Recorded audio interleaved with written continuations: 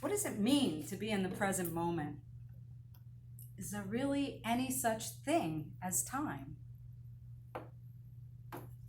To me, time folds in on itself, like the well-stitched seam of a French pair of jeans, like a burrito.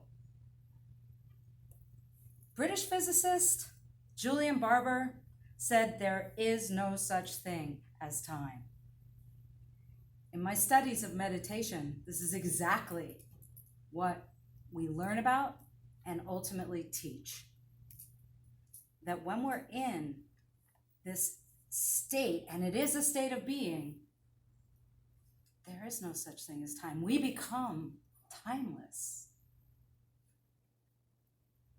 Each day, colors, shapes, smells, sounds, tastes, and feelings affect us.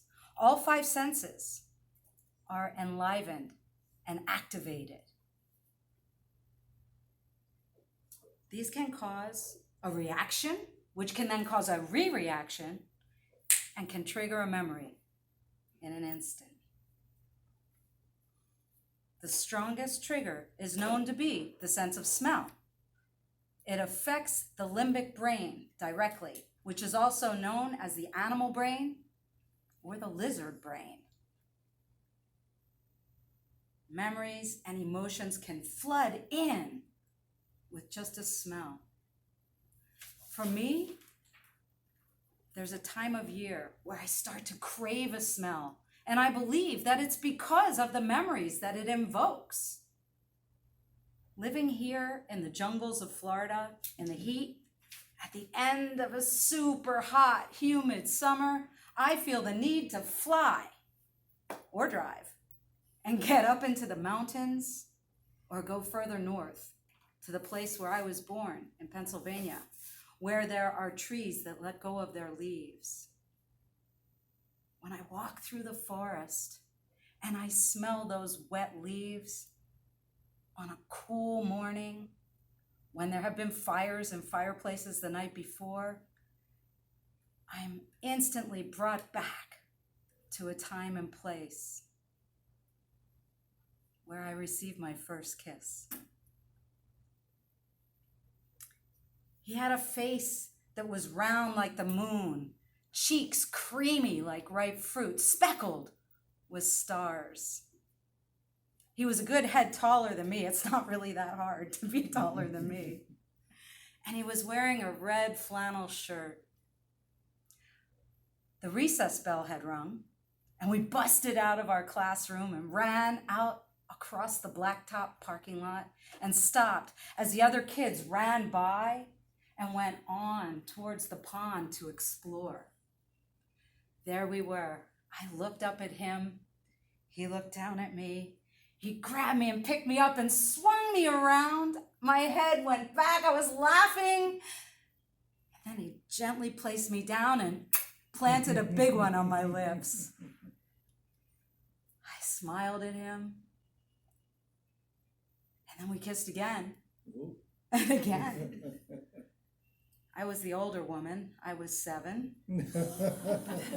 He was 6. We were in first grade. My feet were damp. It wasn't from the excitement of the kiss. I had walked to school that morning across damp, cut grass, and then made my way to school. As we stood there, I remember the fog lifting off the tops of the buildings and the trees. Red flannel shirts can also inspire a memory in me.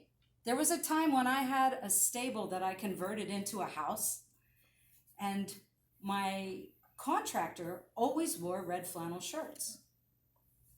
I got so used to writing checks that I would be out in public, see a guy in a red flannel shirt, and I'd think, oh my gosh, I gotta write a check. Sometimes I think my cutting board in my kitchen is a portal of time. For some reason, I notice and capture one of the many thoughts that go through my head each and every day. It's said that there are over 70,000 thoughts that we experience each and every day. When I'm there making food and I catch a thought that isn't the nicest thing, whether it's about myself or someone else, I stop. I don't want to put that energy into my food. I believe that if we focus too much on the future, it can create fear. And that if we look too much at the past and live in the past, it creates anxiety. Some things can get us right out of that, like the smell of fresh cut grass. That smell reminds me of my mother. I grew up on a farm, and when I mowed the grass, my mom would come out and cut flowers to put on the dinner table. She would be wearing blue chambray. It was her favorite. Almost all her clothes were light blue or white or a combination. And she loved perfume that had the scent of vetiver, which to me smells like fresh cut grass. When she passed away, I lost one of the most important people in my life. Right before she left me, we had a day where she was lucid. We laughed, we cried, and she let me know that the thing that she was clinging to in this life was the fear of leaving me by myself. As I tried to smile through my tears to her, I reminded her, Mama, you're always with me. Your smile and my smile are identical. And all I need to do to remember you is to look in the mirror and smile. Toastmasters, thank you.